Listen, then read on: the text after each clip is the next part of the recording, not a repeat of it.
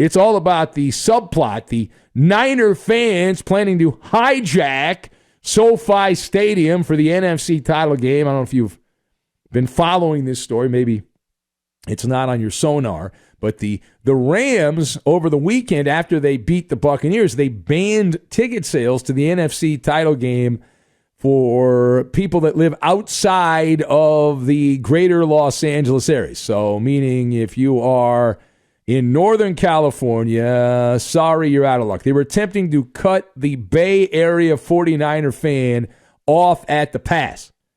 Now, it turns out that didn't last long. There was a lot of faux outrage from fans and former players and media people, and they opened that back up to everyone, kind of. This is where the story goes off the track. So the Rams announced that the tickets to Sunday's NFC Championship game were all sold to season ticket holders.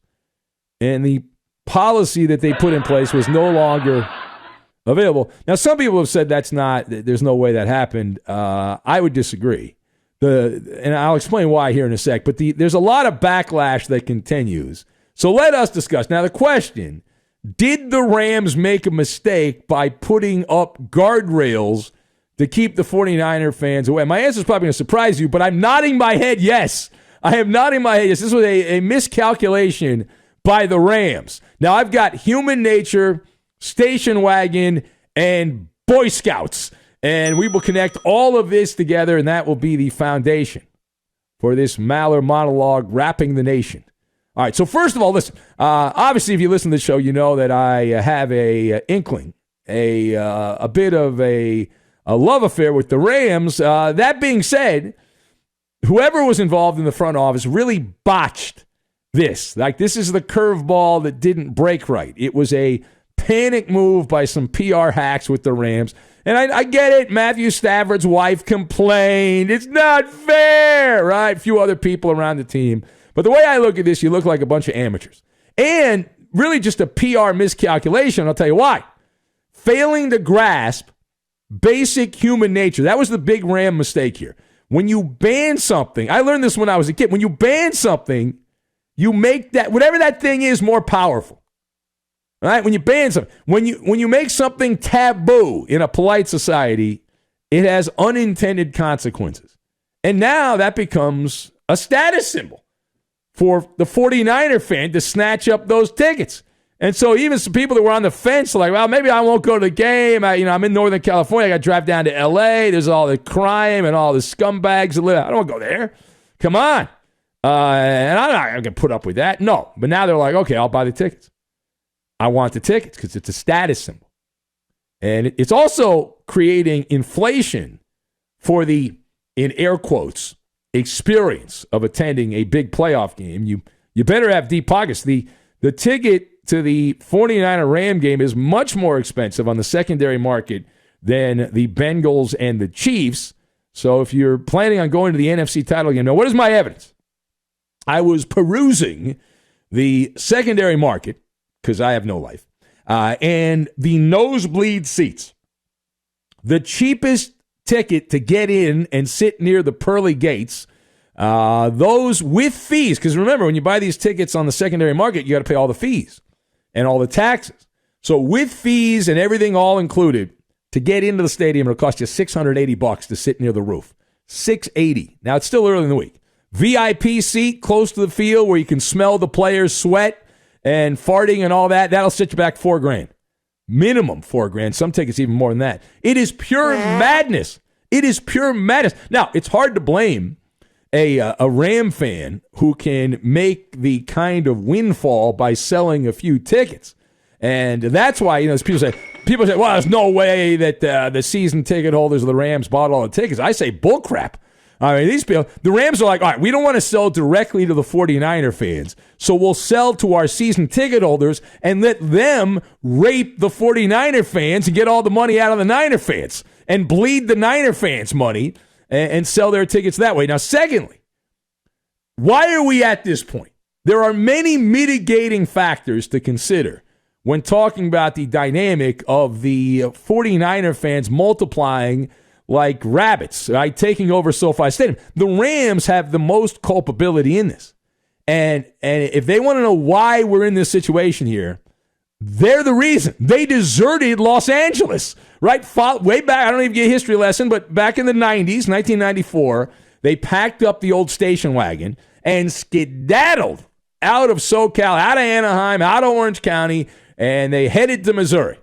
Right? They went the opposite. Right? Everyone usually heads west. They headed the other direction, where they played until the end of the 2015 season. That's 21 seasons, if my MALLER math is correct, hiding out under the Gateway Arch, eating the wonderful toasted ravioli there, the frozen custard, that butter cake thing that they have in St. Louis, all of those foods, right?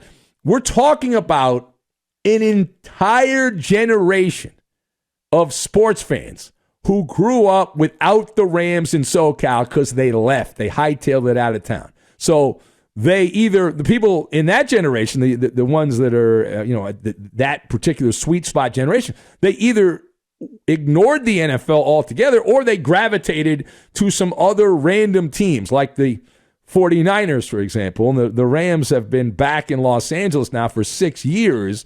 And hard to believe it's been that long. But as the crow flies, based on the way generations work, now some people say a generation is actually 30 years. I think it's about 20 years. But either way, minimum 14 years to get to another generational mark where you've been back in LA for a generation. So good luck. And you also have a bunch of expats from the Bay Area who transplanted to LA because they like the weather better, or their job took them there, or they just enjoy the vagrants in SoCal as opposed to the vagrants in Northern California. All right, now final thought.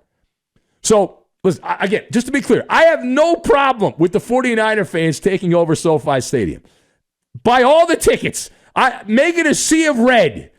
You know why? Because I'm a Dodger fan also. The Dodgers have had so many hostile takeovers of Oracle Park in San Francisco there, and just about every other stadium over the years, so I can't be hypocritical. I love when I turn on a Dodger game and they're in New York or Atlanta, and it's all Dodger fans.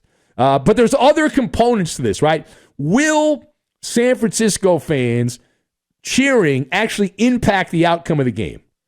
And absolutely not. That's why I don't care. Buy all the tickets. Buy them all. Make it a 49er home game. I don't give a crap. Right? The 49er backers, you can go out there, you can scream, shout, jump up and down. It's not going to impact the outcome of the game. Make as much noise. I want you to leave that stadium having laryngitis, right? Attempt to drown out the play calls, the audibles, the snap counts, all of that. Spoiler alert, it's not going to work. Right? The Rams were caught with their pants down last time they played the Niners. That's not going to happen again. Forewarned is forearmed. And follow the Boy Scout motto. I was a Boy Scout, not a good one. I was a better Cub Scout than a Boy Scout. But follow the Boy Scouts motto. Be prepared. And Sean McVay will make the necessary adjustments for a rowdy atmosphere. The 49ers, now listen, we don't know. I think the Rams will win, but maybe the Niners win. But it will not be because of the crowd noise. It will not be because of the crowd noise. Now, that being said, and it's not going to impact the outcome of the game, but I will guarantee you that if the score goes the way it's not supposed to go and the Rams lose the game, that Matthew Stafford's wife and several others will say, oh, there you go. That's the reason. That'll be the fall guy. That'll be the default excuse. Well, it was the crowd noise.